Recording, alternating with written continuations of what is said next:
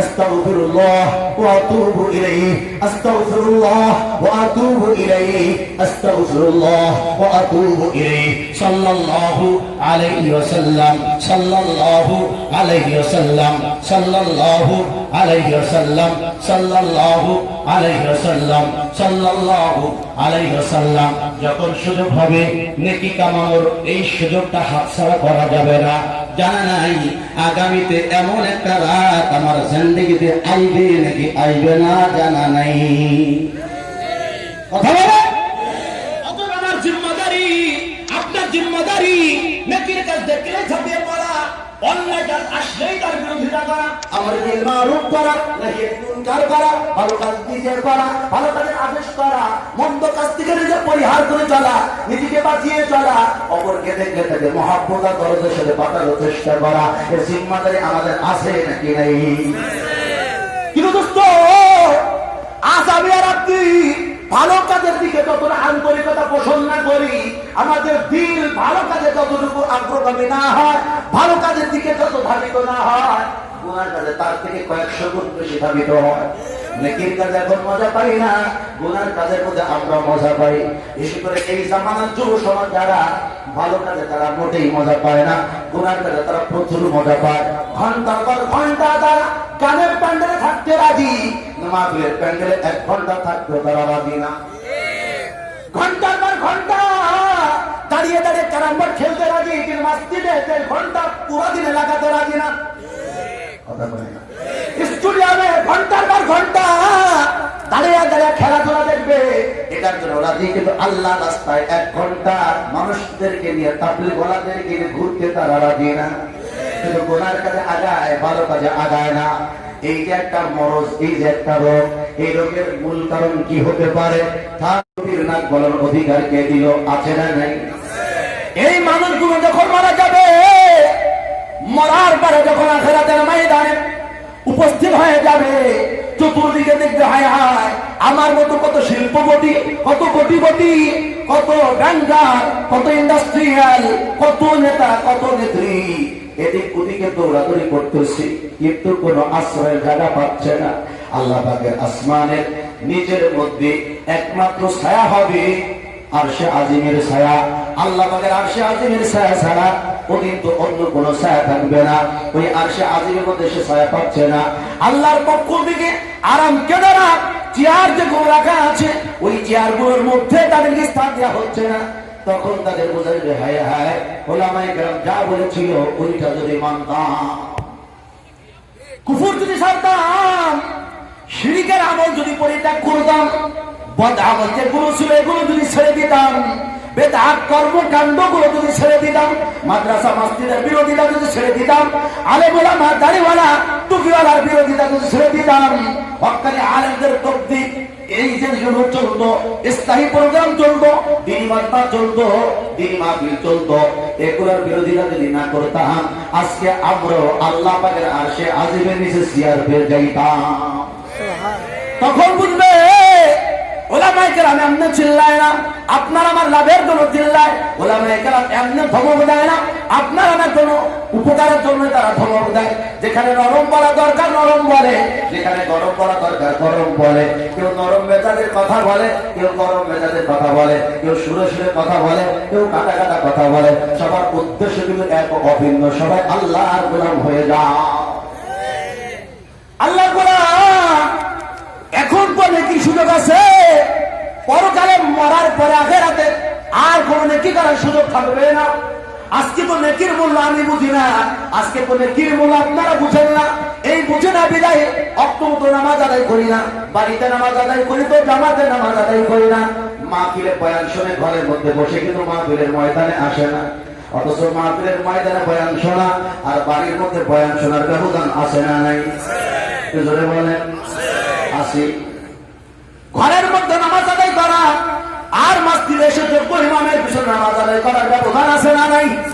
আপনি বাড়িতে বললেন ফরজ যদিও আদায় হয়ে গেল, কিন্তু আপনি মসজিদে এসে যদি জামাতের সাথে নামাজ আদায় করতেন, নেকির পরিমাণ বাড়তো না কমতো? আপনি বাড়ির মধ্যে বসে বসে দিনী বয়ান শুনেন, দিনী মাহফিলের আলোচনা শোনেন, ওয়াজ শোনেন, এর দ্বারা যত নেকি না হয়, মাহফিলের মধ্যে আসলে তার থেকে নাকি কম হইতো না বেশি হইতো। এই সুযোগ অনেকে পায় কিন্তু হাত ছাড়া করে, আছে কিনা বলেন? একদম নিরিবিলি সময়, নির্জনে ছিল, সে চাইলে আমার মালিক এর জিকির করতে পারতো। সুবহানাল্লাহ, আলহামদুলিল্লাহ, লা ইলাহা ইল্লাল্লাহ, আল্লাহু আকবার এগুলো করতে পারতো। আস্তাগফিরুল্লাহ, আস্তাগফিরুল্লাহ ওয়া আতুবু ইলাইহি এগুলো করতে পারতো। সাল্লাল্লাহু আলাইহি ওয়াসাল্লাম, সাল্লাল্লাহু আলাইহি ওয়াসাল্লাম বলতে পারতো, কিন্তু বলে নাই।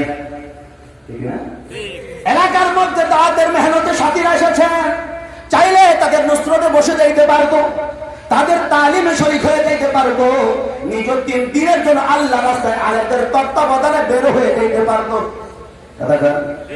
আল্লামা নুরুল হক দামাত বারাকাতুল আলিয়া, আল্লামা নিজামউদ্দিন দামাত বারাকাতুল আলিয়া, আল্লামা ঢাকার হুজুর দামাত বারাকাতুল আলিয়া, আল্লামা মুফতি রুহুল আমিন সাহেব দামাত বারাকাতুল আলিয়া, এমন আল্লাহর ওলিরা এলাকার মধ্যে এসেছিলেন। সুযোগ ছিল তাদের সহবতে বসে যাওয়ার, কিন্তু অলসতা করে গাফলাতি করে বসে নাই। ঠকেছে না জিতেছে? এরা বলে ঠকেছে। এভাবে করে নেকির বারবার সুযোগ এসেছিল, আল্লাহর গোলাম নেকিগুলো করে নাই, সুযোগটাকে তারা হাতছাড়া করে দিয়েছে। পরকালে বুঝবি কত বড় তারা ক্ষতিগ্রস্ত হয়েছে। আফসোস করে হায়, আর একবারও যদি সুবহানাল্লাহ বলে আসতাম, আর একবার যদি জামাতে নামাজ পড়ে আসতাম, আর একবার যদি একটা দিন মাহফিলে বসে যাইতাম, আর একবার যদি আস্তাগফিরুল্লাহ, আস্তাগফিরুল্লাহ ওয়া আতুবু ইলাইহি এই তওবা যদি করে আসতাম, আহারে যদি মাত্র 2 রাকাত তাহাজ্জুদ পড়ে আসতাম, আজকে আমার নেকির পাল্লা ভারী হয়ে যেত, আমি মালিকের জান্নাতে চলে যেতে পারতাম। আফসোস অনেকেই করবে, কিন্তু কাজ হবে না। এজন্য উলামায়ে কেরাম আমাদেরকে বারবার সবক দেয়, ভাই যত পারো নেকি কামাও, যত পারো নেকি কামাও। নেকির সুযোগ যদি একটাও তুমি পাও, ওই একটা নেকিও হাতছাড়া করো না। হতে পারে ওই এক নেকির কারণে তোমার প্রথম পর্যায়ে জান্নাতে যাওয়া আটকে দিতে পারে। পারে না? পারে না? পারে না? পারে না? বলে আমার কাছ নেকি করে যাওয়া, মালিক জানে কোন আমলের বিনিময়ে আমাকে জান্নাতে দিবে, সেটা তো আমার জানা নাই। কেউ কি জানেন? আর আমি তো জানি না, আপনি তো জানেন না যে জান্নাতে যাব কি না। জান্নাতে যদি যাই, কোন আমলের বিনিময়ে যাব সেটাও কারো জানা নাই। আমার মালিক ভালো করে জানে কাকে কোন ওসিলায় জান্নাতে নেবে। কথা বলেন? আমাদের কাজ হলো ডিউটি পালন করা, আর মালিক যদি দয়া করে জান্নাতে দিতে চাই সেটা তার ব্যাপার, কিন্তু কোন আমলের বিনিময়ে নিবি এটা মালিক বলতে পারে, কোন বান্দা বলতে পারে। একটু খেয়াল করেন, আল্লাহ পাকের নবী হাদিসে পাকের মধ্যে ইরশাদ করেছে, আল্লাহর গোলাম রাস্তা দিয়ে হেঁটে যাচ্ছে। কোথায় দিয়ে? রাস্তা দিয়ে। ওই লোকটার নেকি বেশি ছিল না, ঈমান ঠিক ছিল, কিন্তু আমল কম ছিল। ঈমান ঠিক থেকেও অনেকের আমল কম হয়, ঠিক না? ঈমান ঠিক ছিল কিন্তু আমল দুর্বল। রাস্তা দিয়ে লোকটা হেঁটে যাচ্ছে, দেখি কে যেন রাস্তার পরে কাটা বিছিয়ে রেখেছে।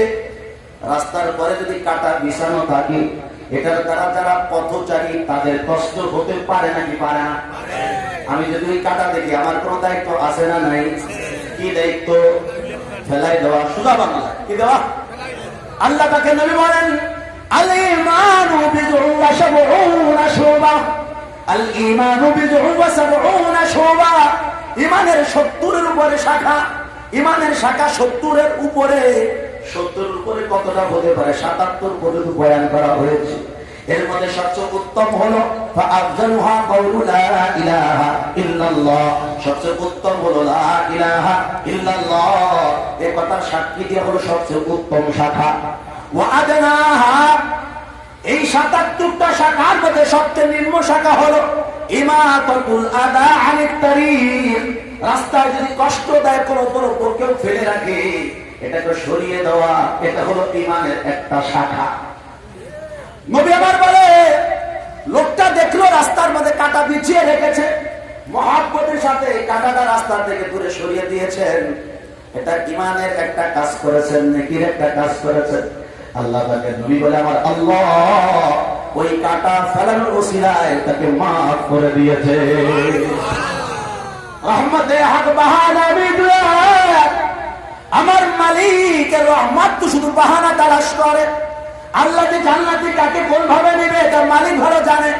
আমার মালিক ছোট ছোট আমলের ওসিলায় জান্নাত দিতে পারে, পারে না পারে না? আহা, আল্লাহ পাকের এক গোলাম বড় বুজুর্গ ওলি জগৎ থেকে চলে গিয়েছেন, ইন্তেকাল করেছেন। উনি ইন্তেকাল করার পরে উনার আর এক মহব্বতের পীর ভাই অথবা কোন মহব্বতের কোন মুরিদ উনি রাত্রেবেলা তাকে স্বপ্নে দেখেছেন অথবা কাশফ হয়ে গেছে। মুসলমান যদি খাঁটি ইমানদার হয়, আল্লাহ পাক যদি তাকে স্বপ্ন দেখায়, ওই স্বপ্নের ব্যাখ্যা সত্য হয় নাকি হয় না? আমরা সবাই জানি স্বপ্ন তিন প্রকার, তার মধ্যে এক প্রকার স্বপ্ন সত্য হয় যদি সেই স্বপ্ন দেখে তিনি খাঁটি ইমানদার আল্লাহওয়ালা হয়। আল্লাহওয়ালি স্বপ্ন দেখে ওই লোকটা যখন মারা গেছে, স্বপ্নের মধ্যে কথা হচ্ছে আল্লাহর ওলি আপনি যে মারা গিয়েছেন, কবরে যে চলে গিয়েছেন, আমার মালিক আপনার সাথে কেমন আচরণ করেছে? আল্লাহর ওলি বলে আমার আল্লাহ আমার সাথে ভালো ব্যবহার করেছে। সুবহানাল্লাহ। ভালো ব্যবহার করার মানে হলো আল্লাহ তার কবরকে জান্নাতের বাগিচা বানিয়ে দিয়েছেন। এইবার লোকটা বলে ভাই আমি যখন কবরে এসেছি আমার মালিক আমাকে জিজ্ঞাসা করে বলা তুমি তো দুনিয়ার থেকে এসেছো, আমার কাছে কি নিয়ে এসেছো, কি নিয়ে এসেছো? আল্লাহ জিজ্ঞাসা করবে না করবে না? কথা কয় না? ফেরেশতাদেরকে যে সওয়াল করাবেন কে? আল্লাহ। ফেরেশতা যদি সওয়াল করবে মুনকার নাকির সওয়াল করবে মার রব্বুকা ওয়া মা দীনুকা ওয়া মান হাদার রাজুলুল্লাযী বুইসা ফীকুম ক্বালু লাহু মুহাম্মদ। সওয়াল করবে মুনকার নাকির, এটা করাবে আমার আল্লাহ। ঠিক না? আল্লাহ পাক রব্বুল আলামিন বলে কুরআন আমার কাছে যে তুমি এসেছো কি নিয়ে এসেছো? আমি যদি এখন মারা যাই, আপনি যদি এখন মারা যান, আল্লাহ যদি জিজ্ঞাসা করে গোলাম কি নিয়ে এসেছো, কি জবাব দিবেন? বলে আল্লাহ আমি 100 মণ ধান গুলাই রেখে আসছি। আল্লাহ বিলের মধ্যে 50 বিঘা জমি রেখে আসছি।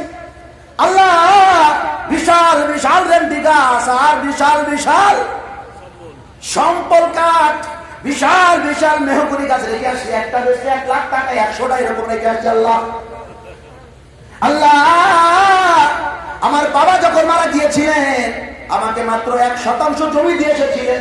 ওই জমিকে বাড়াইয়া বাড়াইয়া বিভিন্ন মাধ্যমে আমি অনেক বড় করে রেখে এসেছি। আমার আব্বা টিনের ঘরের মধ্যে রেখে মারা গিয়েছিলেন, ওই টিনের ঘরের উপরে এখন 4 তলা বিল্ডিং উঠাই আমি আসছি। আল্লাহ পাকের কাছে এইটা বললে কাজ হবে নাকি? আল্লাহ কি এইটা জিজ্ঞাসা করবেন? আল্লাহ তো বলছেন গোলাম ঈমান আনছো কিনা সেটার জবাব দাও, নেকির পুঁজি আছে কিনা জবাব দাও। আল্লাহর গোলাম বলবে আল্লাহ আমি বেশি নেকি নিয়ে আসতে পারি নাই, আমার নেকির পরিমাণ তেমন নয়, তবে আমি যে ঈমান এনেছিলাম লা ইলাহা ইল্লাল্লাহ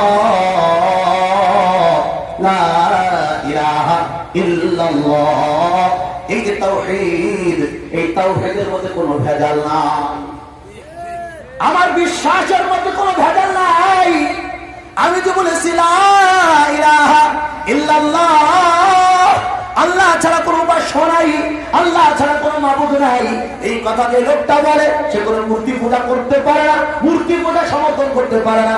এই কথা যে বলে দোস্ত সে কখনো ভাস্কর্য পূজা করতে পারে না, ভাস্কর্য সমর্থন করতে পারে না। কথা বলে দেখে দেখে না বলে লা ইলাহা ইল্লাল্লাহ, আমি যে পড়েছিলাম আল্লাহ এর মধ্যে কোনো ভেজাল ছিল না, কোনো দেবের পূজা করে নাই, কোনো দেবীর পূজা করে নাই, মূর্তি পূজা করে নাই, পাথরের পূজা করে নাই, গাছের পূজা করে নাই, মাছের পূজা করে নাই, নেতার পূজা করে নাই, নেত্রীর পূজা করে নাই, দলের পূজা করে নাই, মরণের পূজা করে নাই, মাতবরের পূজা করে নাই, আমি ইবাদত করেছি একমাত্র আপনার।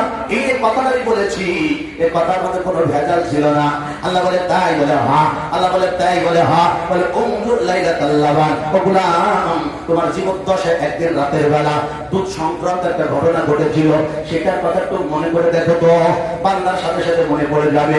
আহা হয়তো রাতের বেলা একদিন আমি দুধ পান করেছিলাম, কি কি কি দুধ পান করেছিলাম, দুধ পান করার সাথে সাথে আমার পেটে ব্যথা শুরু হয়ে গিয়েছিল। তখন আমি বলেছিলাম হাই রে এই দুধ পান করার কারণে আমার পেটে ব্যথা শুরু হয়ে গেছে। এবার আল্লাহ ধরে ও গোলাম তুমি বললা তোমার তাওহীদের ভেজাল নাই, তোমার ঈমান নাকি খাঁটি, তোমার ঈমান নাকি নির্ভেজাল, যার ইমান খাঁটি সে কখনো দুধকে পেটে ব্যথার কারণ মনে করতে পারে না। সবকিছু করার মূল মালিক হলো আমার আল্লাহ। দুধ পান করলে পেটে ব্যথা হবে কথাটা এমন নয়। তাদের তো সমস্ত মানুষ দুধ পান করে পেটে ব্যথা রোগী হয়ে যেত। দুধ পান করলে পেটে ব্যথা হতেও পারে, না হতে পারে, ইশারা কার? কথা বলেন কার? পেটে ব্যথা দেওয়ার ক্ষমতা কোন দুধের মধ্যে নাই, ক্ষমতা কার হাতে? তাই যদি হয় করোনারও ব্যক্তিগত কোন পাওয়ার নাই কাউকে টেকা মারার, করোনারও কোন পাওয়ার নাই কাউকে রুটি বানানোর। করোনা দেওয়া না দেওয়ার মালিক হলো আমার আল্লাহ। কথা কয় না? যদি আপনি সেফটির মধ্যে থাকেন, সেফ থাকেন, হাজারো পরিষ্কার থাকবেন, হাত ধুবেন, পাও ধুবেন, প্রতিটা 100 বার ওযু করবেন, ঘরের মধ্যে থেকে আর বের হবেন না, কাঠের আতশ কাঠের মধ্যে আপনি ঘেরা থাকবেন। মালিক যদি বলে পালাতে পারবেন না, আইনাল মাফার, পালাবি কোথায়? ওখানে গিয়ে করোনায় আপনাকে আক্রান্ত করবে। কথা বলো। আর মালিক যদি বলে করোনা আমার গোলামেরা এই করোনা রোগীদেরকে গোসল দেওয়ায়, এদেরকে দাফন করে, এদেরকে কাফন করে, এদের জানাজা পড়ে, খবরদার খবরদার আমার এই আল্লাহওয়ালা গোলামদেরকে স্পর্শ করবে না, আমার আল্লাহওয়ালি বান্দীদেরকে স্পর্শ করতে পারবে না। কোন করোনার ক্ষমতা নাই আল্লাহর গোলামের দিকে স্পর্শ করে। কথা কান দিকে দিকে না, করোনা আল্লাহ দিলে হবে, না দিলে হবে না। এই একের টাকার নামও কিন্তু ঈমান। আল্লাহর গোলাম বলে আল্লাহ আমি তাওহীদ নিয়ে আসি নাই, তাওহীদ নিয়ে এসেছি খালিস। আল্লাহ বলে তোর তাওহীদ ও ভেজাল। এখন লোকটা মায়ুস হয়ে গেছে, নৈরাশ হতাশ হয়ে গেছে। হায়রে আমি যে মানের কথা বলেছিলাম সেটা আল্লাহ ধরে দিল। ভাই এটাই হলো মূল কথা। আল্লাহ যদি কাউকে পাকড়াও করে জান্নাতে যাওয়ার কারো দ্বারা সম্ভব না। আল্লাহ যদি কড়াকড়ি করে নামাজের নামাজ টিকবে না, রোজাদারের রোজা টিকবে না, যাকাতের যাকাত টিকবে না, হজওয়ালার হজ টিকবে না। কথা বলেন ঠিক কি না? বয়ান করা খুবই সহজ। সল্লু কামা রাআইতুমুনি উসাল্লি। রাসূল বলেন আমাকে যেমন তোমরা নামাজ পড়তে দেখো এভাবে নামাজ আদায় করো, সালাত কায়েম করো। বলা সহজ, নবীদের মতো নামাজ পড়া বহুতই বড় কঠিন। আমাদের নামাজ তো মশা মাছি মারা নামাজ, ধানের জমির হিসাব করা নামাজ, দোকানের টাকা গণনা করা নামাজ, দুনিয়ার যত ঝামেলা এগুলো হিসাব করার জায়গা হলো নামাজ। হুজুরে লাগাই দিতে কেরাতে ফজরে অন্তত 10 মিনিট লাগবে। এই 10 মিনিটের মধ্যে আমি 3 জমি হিসাব করে সারবো। সারা জীবনের নামাজ একবার নজর করে দেখে এইরকম 5 ওয়াক্ত 10 ওয়াক্ত নামাজ বের করেন, পুরা নামাজের শুরু থেকে নিয়ে শেষ পর্যন্ত আল্লাহু আকবার তাকবীরে তাহরিমা থেকে শুরু করে আসসালামু আলাইকুম ওয়া রাহমাতুল্লাহ, আসসালামু আলাইকুম ওয়া রাহমাতুল্লাহ, পুরা নামাজের মধ্যে 1 সেকেন্ডের জন্য আপনি রবের বাইরে যান নাই। খুশুর সাথে, খুজুর সাথে, একাগ্রতার সাথে আনতা আবুদাল্লাহ কাআন্নাকা তারা ফাইন লাম তাকুন তারাহু ফাইন্নাহু ইয়ারাক। এই মন নিয়ে নামাজ পড়েছো, এমন ইবাদত কয়জনের আছে? কথা বলেন। 10 ওয়াক্ত খুঁজে পাবেন না, 20 ওয়াক্ত খুঁজে পাবেন না। রোজা রেখেছেন 50 বছর, রোজার হিসাব যদি করেন নিজেই ধরা পড়ে যাবে। ইফতারি হারাম টাকা, সাহারিও হারাম টাকা। রোজা রেখে মারামারি করছেন, গালাগালি করছেন, নামাজ পড়ে নাই, ভোটের উপর রোজা ক্যান্সেল। যাকাত দিছে, বাজারের সবচেয়ে পচা কাপড় দেখা এখানে যাকাতের কাপড় পাওয়া যায়, যাকাতের লুঙ্গি পাওয়া যায়। 2 দিন ধৌত করার পরে তার গায়ে দেওয়া যায় না। হজ করেছে আমার নামে, শুরুতে মানুষ একবার হজ, আর হজের সফরে গিয়ে মারামারি করছো, খাট নিয়ে মারামারি, খাবার নিয়ে মারামারি। বাংলাদেশের মানুষের অভ্যাস, সবাই ইবাদত বন্দেগীর পাল্লা দেয়, আর বাঙালি কতটা ভালো, কোন সিটটা ভালো সেটা দখল দিয়ে পাল্লা দেয়। কারি বিশ্বাসে সাইজ বলো, কার শুরু এটা দিয়ে পাল্লা দেয়। 1 টাকা দিলাম, ও সুবিধা পাইলাম, আমি কোনো পাইলাম না। বা ঢাকা বিমান ধরেন আমার ঘরে তোর শেষ। ঠিক টিকবে না, কোটি কোটি টাকার গাড়ি সক্কা অনেকের টিকবে না। হাজার হাজার মাদ্রাসার আজীবন সদস্য, হাজার হাজার মসজিদ বানায় দিছো। ওমা উমিরু ইল্লা লিয়াবুদুল্লাহ মুখলিসিনা লাহুদ্দিন। আল্লাহকে রাজি করার জন্য ইখলাসের সাথে আমল করার কথা। আমল যদি ইখলাসবিহীন হয়, সারা জগতের টাকা সদকা করে দিল, একে নেকি হবে না। আল্লাহ যদি কড়াকড়ি করে, নামাজের নামাজ টিকবে না, রোজাদার রোজা টিকবে না, হাজির হজ টিকবে না, যাকাত দেওয়ার যাকাত টিকবে না, সদকাকারী সদকা টিকবে না, জিহাদকারী জিহাদ টিকবে না, একজন জিকিরকারী জিকির টিকবে না, কোরআন তেলাওয়াতকারী কোরআন টিকবে না, বক্তার ওয়াজ টিকবে না, শ্রোতার শোনা টিকবে না, সব একদম সপ্পা হয়ে যাবে। তাহলে এখন বাঁচার উপায় কি? বলে একটাই উপায়, আমার মালিকের দয়া। নবী বলে, যখন নামাজ পড়েছো মালিকের দরবারে বেশি বেশি দোয়া করো, আল্লাহুম্মা হাসিবনি হিসাবান ইয়াসীরা, আল্লাহুম্মা হাসিবনি হিসাবান ইয়াসীরা। ও মালিক, তোমার গোলাম বড় দুর্বল, কড়াকড়ি করে হিসাব নিও না, পরীক্ষায় কিন্তু পাস করতে পারবো না, পরকালে যখন তুমি আমার হিসাবটা নিবা বড় সহজ কইরা নিও। কি হিসাব? সহজ, একটু জোরে বলেন কি সহজ হিসাব? এই মাদ্রাসায় যখন নতুন ছাত্র আসে, ভালো মাদ্রাসা তো পড়ালেখার ভালো, নর্মাল পড়ালেখা হইলে ওই মাদ্রাসার উস্তাদ ফোন দেয়, হযরত আমার ছাত্রের কোয়ালিটি কিন্তু খুব ভালো না, বেশি কড়াকড়ি করে কিতাবের পরীক্ষা দিয়েন না, ও কিন্তু আপনার মাদ্রাসায় দাখিলা ইমতিহানে পাস করতে পারবে না, ওকে আপনি একটু কোন রকম লামসাম নিয়ে ভর্তি করে নিয়েন। লামসাম অনেক কোন রকমের যদি একটু পারে, হ্যাঁ পারবা, তোমার সহজে আসলে নতুন মাদ্রাসা হুজুরদেরকে ভয় লাগে, পুরো মাদ্রাসা দেখলে ভয় লাগে, এই ভয় আমি সব এক পাও কাঁপে, কি বলবে তার নিজেকে আমি কে করছি, হাত পাও কাঁপে, কথা বলেন, বলে এর জন্য পারে না, একটু তখন কিন্তু নিয়ে নেয়। মালিক বলে, আমার নবী বলে, আল্লাহ আমার হিসাবটা সহজ করে না। এই দোয়া নবী করেন। আয়েশা রাদিয়াল্লাহু তাআলা না শুনেছেন, আল্লাহ পাকের নবীকে বলে, ইয়া রাসূলুল্লাহ, ইয়া হাবিবাল্লাহ, সহজ হিসাবটা কাকে বলে বুঝতে পারলাম না।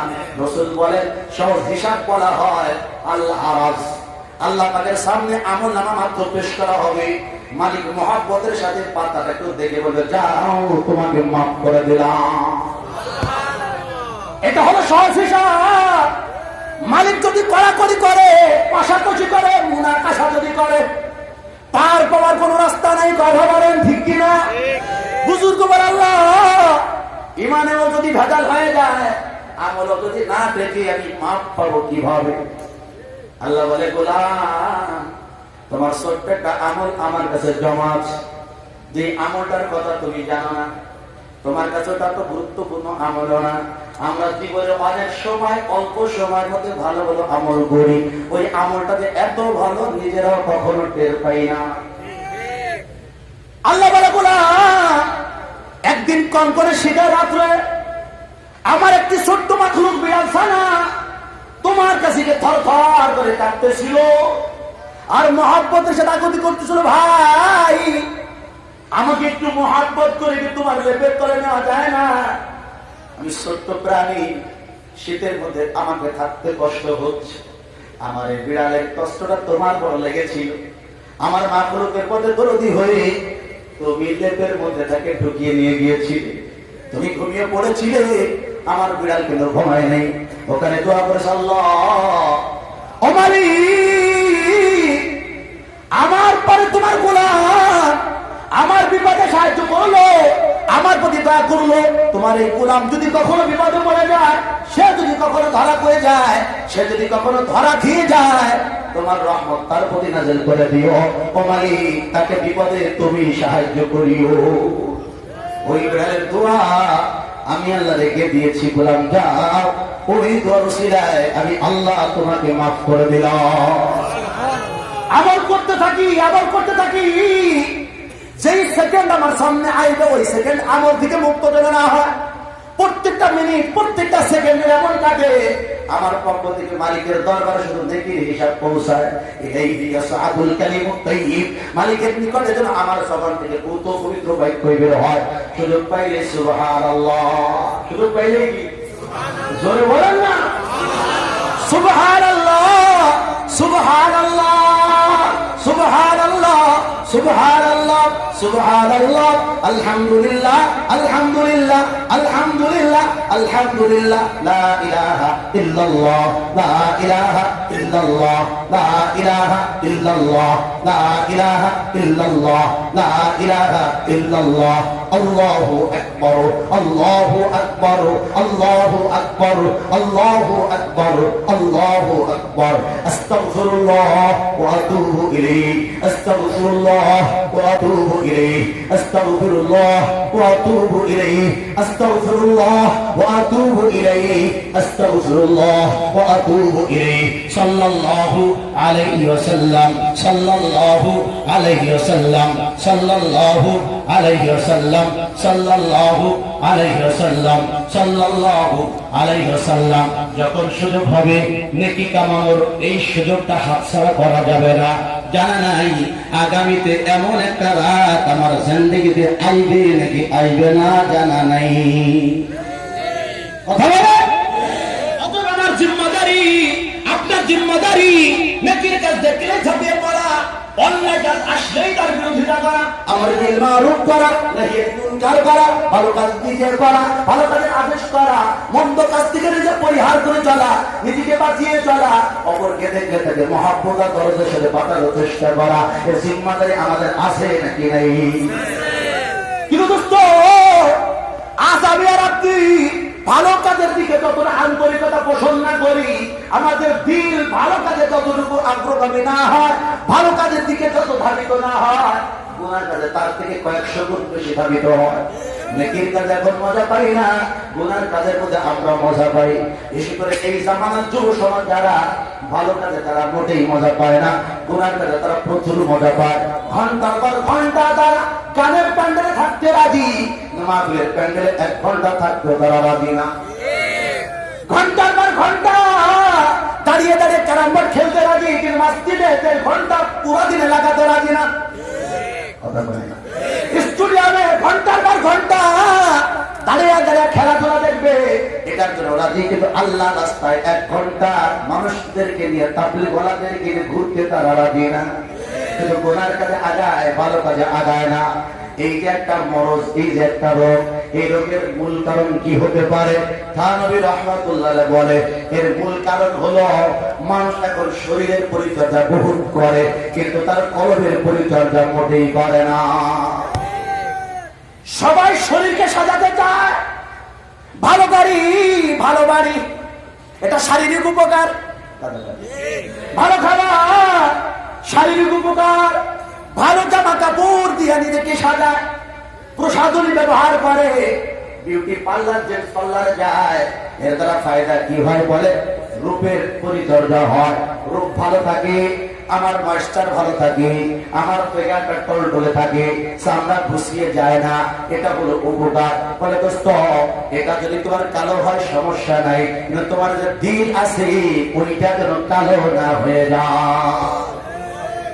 শরীর কালো হলে মাপ পাওয়া যাবে, কিন্তু দিল কালো হইলে মাপ পাওয়া যাবে না। দিল কালো কার? কুফরির অন্ধকার যার দিলের মধ্যে আছে। দিল কালো কার? শিরকের অন্ধকার যার কলবের মধ্যে আছে, বেদাতের অন্ধকার যার কলবের মধ্যে আছে, হারাম খাওয়ার অন্ধকার যার কলবের মধ্যে আছে, এর দিল হলো পচা, এর দিল হলো অন্ধকার। বলে এই অন্ধকারে যেন আমাদের দিলটা ঢেকে না যায়, অন্তর যেন আলোকিত হয়, সেই মেহনতার মধ্যে আদা করতে হবে। কথা বলেন ঠিক কি ঠিক না? রাসূলুল্লাহ বলে, আলা ইন্না ফিল জাসাদি মুযগা ইযা সালুহাত সালুহাল জাসাদু কুল্লু ওয়া ইযা ফাসাদাত ফাসাদাল জাসাদু কুল্লু আলা ওয়া হিয়াল কলব। রাসূল বলে, উম্মত শোনো, কান খাড়া করে দিয়ে শোনো, তোমার শরীরের মধ্যে একটি গোশতের টুকরা আছে। কিসের টুকরা? ধরে বলে গোশতের টুকরা। ওই গোশতের টুকরা যখন শুদ্ধ হয়ে যায়, পরিশুদ্ধ আর খাঁটি হয়ে যায়, তোমার পুরো শরীর ঠিক হয়ে যায়। দিল ভালো তো হাতের ব্যবহার ভালো, দিল ভালো তো চোখের ব্যবহার ভালো, দিল ভালো তো জবানের ব্যবহার ভালো। কথা বলে, দিল ভালো তো কানের ব্যবহার ভালো, দিল ভালো তো পেটের ব্যবহার ভালো, দিল ভালো তো গুপ্তাঙ্গের ব্যবহার ভালো, দিল ভালো তো পায়ের ব্যবহার ভালো, দিল ভালো তো পিঠ ভালো। ওরে দিল ভালো মানে পুরো বডি ভালো। রাসূল বলে, ওই গোশতের টুকরা যখন নষ্ট হয়ে যায়, ওইটা যখন খারাপ হয়ে যায়, পুরো বডি খারাপ হয়ে যায়, স্ট্রাকচার খারাপ হয়ে যায়, টপ টু বটম খারাপ খারাপ হয়ে যায়, এটু খারাপ হয়ে যায়। এখন উম্মতের ফিকির হলো ওই গোশতের টুকরাটা কোনটা। রাসূল বলে আলা, আরেকবার মন দিয়ে শোনো, ওয়াহিয়াল কলব, ওই টুকরার আর কোনো নাম নাই, ওই টুকরার নামই হলো কলব, ওটার নাম হলো দিল, ওটার নাম হলো আত্মা, ওটার নাম হলো হার্ট। এই দিল ভালো করতে হবে, জোর বলেন কি ভালো করতে হবে? দিল। এই দিল ভালো করার জন্য একটা হাসপাতাল আছে, আছে না নাই? এই হাসপাতাল কোথায়? টঙ্গী বাড়ায়, তাহলে গোপালগঞ্জের আড়াই সবে। ওহো, তাহলে আবু নাসির খুলনা, তাহলে কি পৃথিবীতে, তাহলে পঙ্গুতে, পপুলারে, ইস্কানে, কোথায়? আল্লাহর ঘর মসজিদ, দিনের প্রতিষ্ঠান মাদ্রাসা। এই মসজিদ মাদ্রাসায় আছে যে আহলুল্লাহ, আল্লাহর ওলি, এরা হলো আমাদের কলবের হাসপাতালের রূহানি ডাক্তার। কথা বলেন? বলে একদিনে তোমার দিল সাফ হবে না ভাই, মুজাহাদা করা লাগবে, মুজাহাদা। চেষ্টা করতে হবে, প্রচেষ্টা। আমি যদি চেষ্টা করি, আপনি যদি চেষ্টা করেন, আপনার আমার দ্বারা কোরআন ত্যাগ করা সম্ভব, আপনার আমার দ্বারা নেকি কামানো সম্ভব। কথা বলেন সম্ভব নাকি সম্ভব না? নবী রাহমাতুল্লাহ মিসাল দিয়ে বুঝান, একজন মানুষ তার ছোট্ট বাচ্চা বয়স হয়ে গেছে 1 বছর, কত বছর? দুধ পান করতে অভ্যস্ত হতে হতে 2 বছর হয়ে যায়, এখনো বাচ্চা দুধ ছাড়তে রাজি না। তখন মা বাবার চিন্তা শুরু হয়ে যায়, 2 বছর পরে যদি দুধ পান করে দাঁত পোকা হয়ে যাবে, বিভিন্ন রোগে আক্রান্ত হবে, প্যারালাইসিস হয়ে যেতে পারে। কথা বলেন ঠিক কিনা? কেমনে দুধ ছাড়ানো যায়? তখন বাচ্চারা কেন বয়ান করে, মুজাহাদা করে, কয় আব্বা এখন এটা খায় না, এই দুধটা খাও। তখন ছাগলের বকরি দুধ পান করাতে চায়, গরু দুধ পান করাতে চায়, বিভিন্ন ভাবে মায়ের স্তনের দুধের বদনাম শুরু করে দেয়। কথা বলেন? একটু আপেল খাওয়া যান, একটু কমলা খাও, একটু জুস খাও, একটু পানলি খাও, একটু সুজি খাও। কি মহাব্বতের সাথে আমার বা খানা, কত মহাব্বতের সাথে ঝুলাই ঝুলাই খাওয়া। কি বলেন? কিছুদিন যখন মেহনত মুজাহাদা করে, সন্তান আস্তে আস্তে মায়ের দুধের নেশা কাইটা কাইটা আপেল কমলার নেশা তারে ধরে। তার এতদিন জানা ছিল না মায়ের দুধের বাইরে পৃথিবীতে এত আল্লাহ পাকের হাজারো নিয়ামত আছে। এখন যখন ওগুলোর মজা পেয়ে গেছে, এখন আর মায়ের দুধ তার মুখের মধ্যে ঢুকাই দিল, পান করে না। কারণ সে এখন তো ওইটা বাদ দিয়ে অন্য খাবারের মজা পেয়ে গেছে। এই যে নফস, এই যে কল, এর ভালো খাবারও আছে, এর মন্দ খাবারও আছে। ওরা হলো পচা খাবার, নেকি হলো ভালো খাবার। পচা গাঁদা খাইছে, ভালো খাবারের মজা পায় নাই। এই কলমে যদি একবার ভালো খাবারের নেশা ধরাই দেওয়া যায়, ওই পচা খাবার আর সে গ্রহণ করবে না। এবার খাবার কি? মালিক বলে আলা আলা বিযিকরিল্লাহ, আলা বিযিকরিল্লাহি তাতমাইন্নুল কুলুব। আল্লাহ বলে ও গোলাম শোনো, ও বান্দা আমার শোনো, আমি আল্লাহর জিকির দ্বারা, আমি আল্লাহর স্মরণ দ্বারা ইমানদার যারা, পাক্কা ইমানদার যারা, মুসলমান যারা, ইমান এনেছে যারা, তাদের অন্তরগুলো ঠান্ডা হয়, তাদের অন্তরগুলো শীতল হয়, তাদের অন্তরগুলো প্রশান্ত হয়। এ চাই অন্তর চাই নোলা হয়ে যায়, অস্থিরের মধ্যে স্থিরতা এসে যায়। কথা বলেন আসে না? আসে না? জিকির করলে মজা লাগে না? লাগে না? কোরআন তেলাওয়াতে মজা লাগে না? লাগে না? ইমাম সাহেব কি সুন্দর মধুর তেলাওয়াত করলো। আমার মন বলছিল আজকে লম্বা হোক, খট করে রুকুতে চলে গেল। দিল তো চাচ্ছিল হালমের মাঝি আরো আছে কিনা, আরো তেলাওয়াত করো। তেলাওয়াতের মধ্যে মজা আসে না? নাই। দিন মাহফিলের মধ্যে আসলে মজা লাগে না? লাগে না? আমারও লাগতো না, আপনারও লাগতো না, কিন্তু একবার আসা যাওয়ার পরে এমন অবস্থা হয়েছে, সব বাদ যাবে যাবে, কিন্তু মাহফিল ছাড়া যাবে না। উপর থেকে শিশির পরে শিশির, নিচের থেকে গ্যাস উঠতে থাকে, আল্লাহর গোলামের খবরও নাই। নিজে ভিজা ভিজা, তার লুঙ্গি পায়খানা সব ভিজে গেছে, খবর নাই। বয়ান শুনতেছে, মজা যদি না থাকতো রে ভাই, ভিজা অবস্থায় সে বয়ান শুনতো না। আজান হয়ে যায়, আল্লাহু আকবার, আল্লাহু আকবার। আজান শোনার সাথে লেপটাকে লাথি মেরে ফেলে যায়, আস্তে আস্তে করে ঠান্ডা পানি বন্ধু করে আল্লাহর ঘর মসজিদের দিকে চলে যায়। নামাজে যদি মজা না থাকতো, এত কষ্ট করে সে আল্লাহর ঘরে যেতে পারতো না। মজা আছে নাকি না? ওই মজা যদি পেতে হয়, হুজুর এসে যাবেন, ওই মজা যদি পেতে হয়, আপনার আমার দিলটাকে ভালো বানাতে হবে। কথা বল, যতক্ষণ পর্যন্ত দিল খারাপ থাকবে, পচা থাকবে, ততক্ষণ পর্যন্ত আপনার আমার দিল পরিশুদ্ধ না হওয়া পর্যন্ত ভালো কাজে মজা লাগবে না। আমি তো ভাবছিলাম সে 10 মিনিট করে তো বহুত টাইম, 2 ঘন্টা রস হবে। জিজ্ঞেস করি লা ইলাহা ইল্লাল্লাহ, জোরে লা ইলাহা ইল্লাল্লাহ, লা ইলাহা ইল্লাল্লাহ, লা ইলাহা ইল্লাল্লাহ, লা ইলাহা ইল্লাল্লাহ, লা ইলাহা ইল্লাল্লাহ, লা ইলাহা ইল্লাল্লাহ মুহাম্মাদুর রাসূলুল্লাহ। দোস্ত, দিল যদি ভালো হয়ে যায়, দিল যদি সুস্থ হয়ে যায়, মুজাহাদা আর ত্যাগের কারণে ইমান যে মজার জিনিস তখন বুঝে আইবে, নামাজ যে মজার জিনিস তখন বুঝে আইবে, জিকির যে মজার জিনিস তখন বুঝে আইবে, তাবলীগ দাওয়াত যে মজার জিনিস তখন বুঝে আইবে, তাজকিয়া নফস আল্লাহ ওয়ালাদের সোহবত ঠান্ডায় পড়ে থাকা যে মজার জিনিস তখন বুঝে আইবে। এটা বোঝার আগে দিল সাফ করতে হবে। কথা বলেন ঠিক কি না? এরপর রাসূল বলে, তোমার দিল ঠিক আছে কিনা এবার পরীক্ষা করে দেখো। দামাল ঈমান, ওই লোকটি ইমানের মজা, ইমানের স্বাদ, হালাওয়াতুল ঈমান আস্বাদন করতে সক্ষম হয়ে গেছে, ওই মজাটা চাইতে সক্ষম হয়ে গেছে। বিভিন্ন তরকারিতে স্বাদ আছে না নাই? মুনার যে স্বাদ, কত দেখি সেই স্বাদ না ভিন্ন স্বাদ। বলে এক এক তরকারির এক এক স্বাদ, ইমানের একটা স্বাদ আছে। বলে স্বাদটা পাবে কারা? যাদের মধ্যে 3টা গুণ থাকবে। কয়টা গুণ? একটু জোরে বলেন, কয় গুণ? 3 গুণ। 1 নম্বরে নবী বলে, মানু রাদিয়া বিল্লাহি রাব্বা, আল্লাহ আমার রব, আমার রবকে জোরে বলেন না, আমাদের রবকে, রব্বি আল্লাহ, রব্বুল আল্লাহ, আমার রব হলো আল্লাহ, আমাদের রব হলো আল্লাহ। এই যে আল্লাহ আমার রব, আমি তার গোলাম, ওরে আমার মুরিদ, আমি হলাম তার গোলাম। এর মধ্যে একটা মজা আছে, আছে না নাই? আই হাই, দুনিয়ার ছোট্ট মানুষ যদি একটা বড় সাথে সম্পর্ক করে, তার মজা লাগে না? লাগে না? বলে যেমন বেটা মুসলমানের করা দেবো, ভাই বলে বেটা এলাকার চেয়ারম্যান আমার তো হয় ভাবি আলাদা, বলে শেখ সেলিমের সাথে আমার দোস্তি আছে, প্রধানমন্ত্রীর সাথে আমার দোস্তি আছে, ওরে বাপরে বাপ ভাবি আলাদা। ও ভাই, সমস্ত নেতা নেত্রী এক পাল্লায়, তাদের ক্ষমতা যদি এক তলায় রাখা হয়, ওটা আমার মালিকের এক ইশারার কাজ। ঠিক কথা যায় না? আল্লাহ চাইলে মুহূর্তের মধ্যে পাল্টা দিতে পারে না, করে না। তাহলে আমার সম্পর্ক দুনিয়ার কোনো বড় সাথে না, আমার সম্পর্ক আহকামুল হাকিমিন, মালিকুল আমলাক, রাজাধিরাজ আল্লাহর সাথে। কার সাথে জোরে বলে? আল্লাহর সাথে।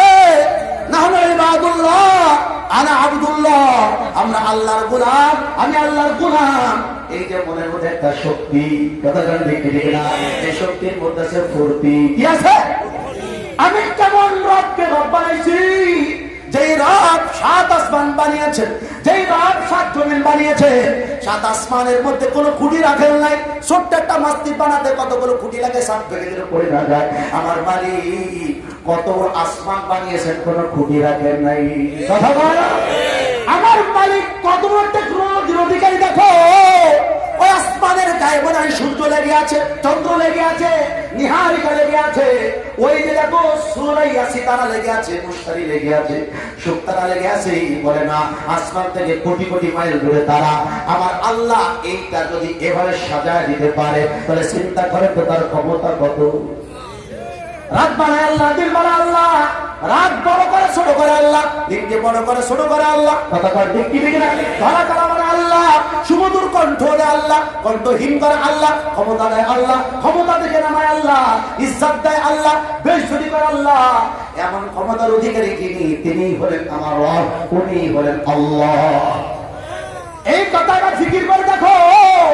একমাত্র ইসলামপন্থী ছাড়া যত পৃথিবীতে তামাম জাহানের যত ধর্মাবলম্বী আছে, তাদের রক্ত মাটির পুতুল, দেবদেবী। কোনটাকে মাটি দেওয়া নাইছে, কোনটা পাথর দেওয়া নাইছে, নড়েও না চড়েও না,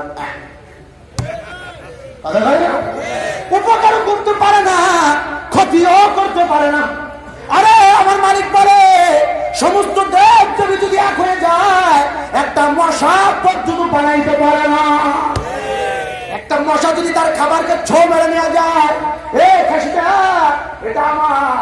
তো কতই দিছি রে ও মশা, আমার খাবারটা তুই খাসতের গোলাম, এতটুকু বইলা নিজের খাবারটাও বাধা দিয়া রাখতে পারে না, এত দুর্বল এত দুর্বল। আমার মালিক তো দুর্বল না, ওহু আলা কুল্লি শাইইন কাদির। কথা বলে তুতিল মুলকা মান তাশা ওয়া তানজিউল মুলকা মিম্মান তাশা ওয়া তুইজ্জু মান তাশা ওয়া তুযিল্লু মান তাশা বিয়াদিকাল খায়র ইন্নাকা আলা কুল্লি শাইইন কাদির ওয়া আলুল লিমা ইউরিদ। আমার মালিক যা চায় তাই করতে পারে, এমন ক্ষমতা ধরে আল্লাহ, উনি হলেন আমাদের রব। এই অনুভূতি এই ইহসাস আর এই চেতনা যদি তোমার আমার হৃদয়ে জাগ্রত হয় যুবক, মুরব্বিয়ানে কারাম, আমার আপনার হৃদয়ে যদি জাগ্রত হয়, দিলের মধ্যে একটা আলাদা সন্তুষ্টি ভাব আসবে না আসবে না? উটালি বা হুজুর রহমাতুল্লাহ বাজায় বলতে বগল বাটে ইচ্ছা করে, আমার মালিক হলো আমার আল্লাহ, দুনিয়া কোন বস্তু আমার রব না, এক নাম্বার। 2 নম্বর রাসূল বলে, এরপরে আল্লাহকে রব হিসেবে পাওয়ার পরে ইসলামী দিনা, ইসলামকে ধর্ম হিসেবে পেয়ে যারা খুশি হয়ে যায়। ইসলাম ছাড়া আরো ধর্ম পৃথিবীতে আছে না নাই? আল্লাহ আমাদেরকে কোন ধর্মে দীক্ষিত করেছেন? বলে ইসলামে। আমরা কি?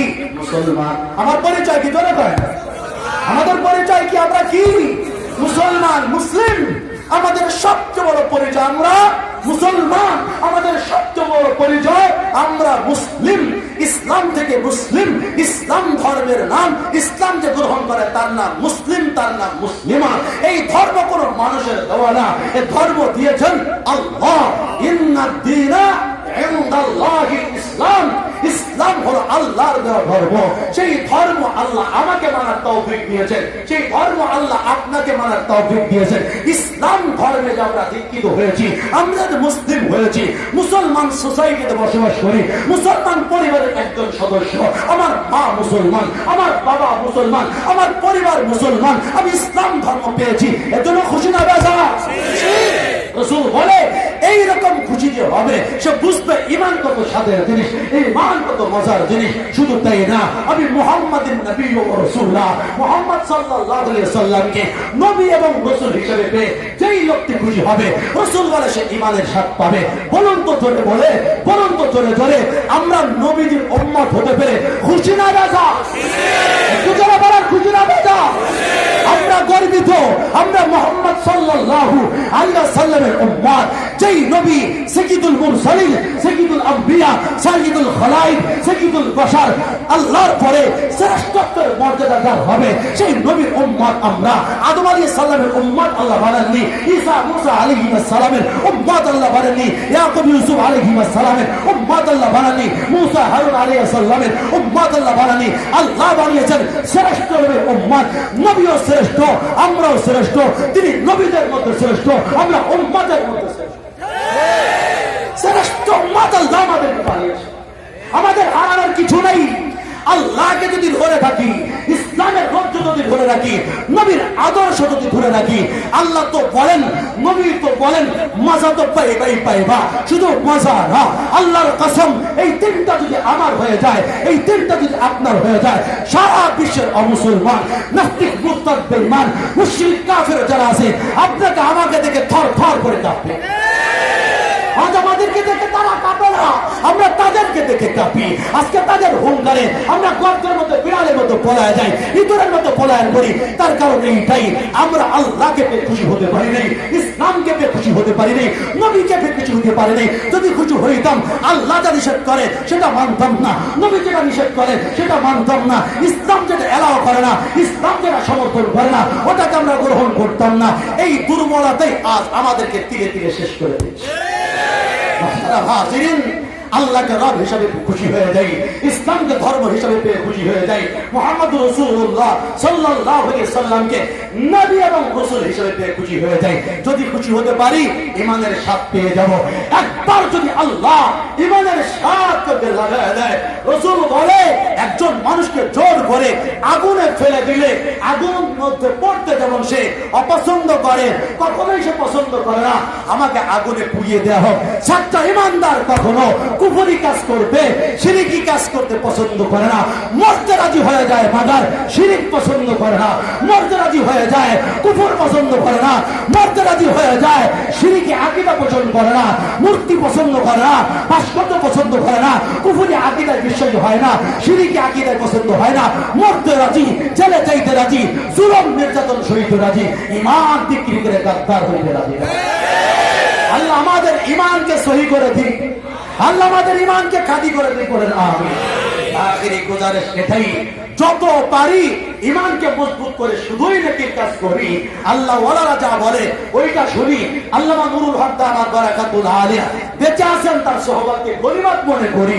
ওনার আব্বাজি রহমাতুল্লাহ নাই, মাথা খুঁটে মরে গেল তাকে আর জিন্দা পাবেন না, উনি হায়াতে জিন্দা আছেন, কদর করেন। এই কদরই আপনার ঈমান আমল গঠনে সহায়ক হবে। আল্লাহ ওয়ালাদের তত্ত্বাবধানে, হক্কানি উলামায়ে কেরামের তত্ত্বাবধানে দাওয়াত ও তাবলীগের মেহনতকে গনিমত মনে করেন। মাদ্রাসা মসজিদকে ইমাম ইসলামের ঘাঁটি মনে করেন। মাদ্রাসা মসজিদ যতদিন সুরক্ষিত থাকবে, আপনার আমার ঈমান আমল ততদিন সুরক্ষিত থাকবে। মসজিদ মাদ্রাসা যদি আক্রান্ত হয়ে যায়, আমার আপনার ঈমানও ভুলে ধরবে, কোনো সন্দেহ। আল্লাহ মাদ্রাসাকে কবুল করে, এই মাদ্রাসার সবাইকে কবুল করে, এর সাথে আদনা থেকে আদনা মুনাসাবাত যাদের আছে আল্লাহ তাদেরকে কবুল করে, সকলে বলি আমিন। আপনাদের সবার প্রিয় প্রতিষ্ঠান এই মাদ্রাসা, এটাকে যেমন মহব্বত করেন, এই মাদ্রাসার মূল হলো গওহারডাঙ্গা মাদ্রাসা। কথা বলেন, এই গওহারডাঙ্গা মাদ্রাসার দুটো দাওয়াত দিচ্ছি। আগামী পরশু দিন বুধবার পরামর্শ মাহফিল, যাওয়ার সুযোগ যাদের আছে মেহেরবানি করে যাবেন। আর 27, 28, 29 জানুয়ারি বার্ষিক মাহফিল, ওই মাহফিলে অবশ্যই জামাত বন্দী হয়ে যাওয়ার চেষ্টা করবেন। অন্তত সেটা না পারলেও একদিনের জন্য হলে শরীক হবেন। রাজি তো ইনশাআল্লাহ? কে রাজি? মাশাআল্লাহ। আল্লাহ আমাদেরকে কবুল করে। যা কিছু বলেছি ভুল ত্রুটি মাফ করে দিয়ে আল্লাহ আমাকে আপনাকে সহি সহি কথার উপরে আমলের তৌফিক দান করে দেয়। সকলে বলি আমিন। ওয়া আখিরু দাওয়ানা আলহামদুলিল্লাহি রাব্বিল আলামিন। আসসালামু আলাইকুম ওয়া রাহমাতুল্লাহি ওয়া বারাকাতুহু।